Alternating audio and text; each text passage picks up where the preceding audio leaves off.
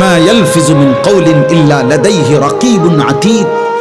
আল্লাহ বলে, বান্দা তোমাদের জবান দিয়ে যা কিছু বের হয় প্রত্যেক শব্দ আলাদাভাবে আমার একজন ফেরেশতা শুধু তোমাদের শব্দ কথাগুলো আলাদাভাবে লিখতেছে।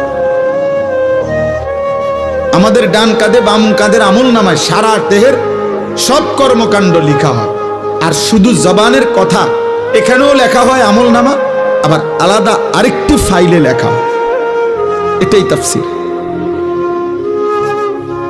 আমাদের প্রত্যেককে মনে রাখতে হবে, কিশোর ভাই, যুবক ভাই, কেন আমি এতটা অস্থির?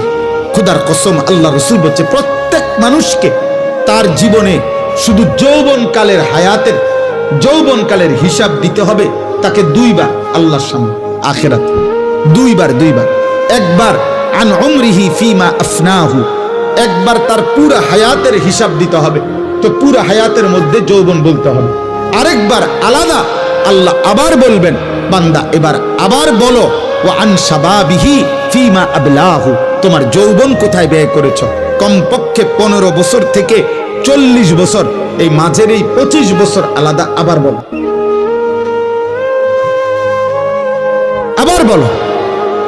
এই 25 বছরের রাত্র দিন সকাল দুপুর সুস্থতা আমি আল্লাহ যোগ্যতা দিছিলাম, সবল স্বাস্থ্য শরীর সুস্থতা সমস্ত অঙ্গের পূর্ণ ক্ষমতা আমি দিয়েছিলাম। বান্দা সেটা আমার পথে ব্যয় করেছো কতটুকু, শয়তানের পথে ব্যয় করেছো কতটুকু, বলো।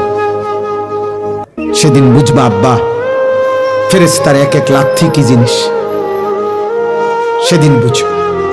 হাদিসের মধ্যে আছে, তাফসীরে, ফেরেশতা জাহান্নামের মাঠ থেকে জাহান্নামীদেরকে নিবে হাঁটাইয়া না লাথি দিয়া দিয়া, একটা লাথি দিয়া দিয়া, ফেরেশতা লাথি দিয়া দিয়া নিবে। সেদিন বুঝো। দুনিয়া তো তুমিও ভোগ করো, আমরাও ভোগ করি। আজকের দুপুরে যদি তোমরা খানা খাই থাকো, তা আমরা সিরা খাই নাই, আমরা খানাই খাইছি। আমরা খানাই খাইছি। সকালে যদি তুমি নাস্তা করে থাকো, তা আমরা বন খাই নাই, আমরা নাস্তাই খাইছি। তো দুনিয়া তো তুমি ভোগ করলে, আমরাও ভোগ করলাম।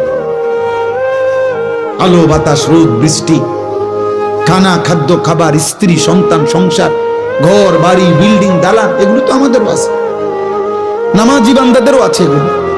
তাহলে বেনামাজি পাপী নাফরমান আলাদা কি ভোগ করছে? আলাদা তো ভোগ করছে না, গুনাহ করছে। আর গুনার মধ্যে কোনো উপভোগ নাই, আফসোস আছে।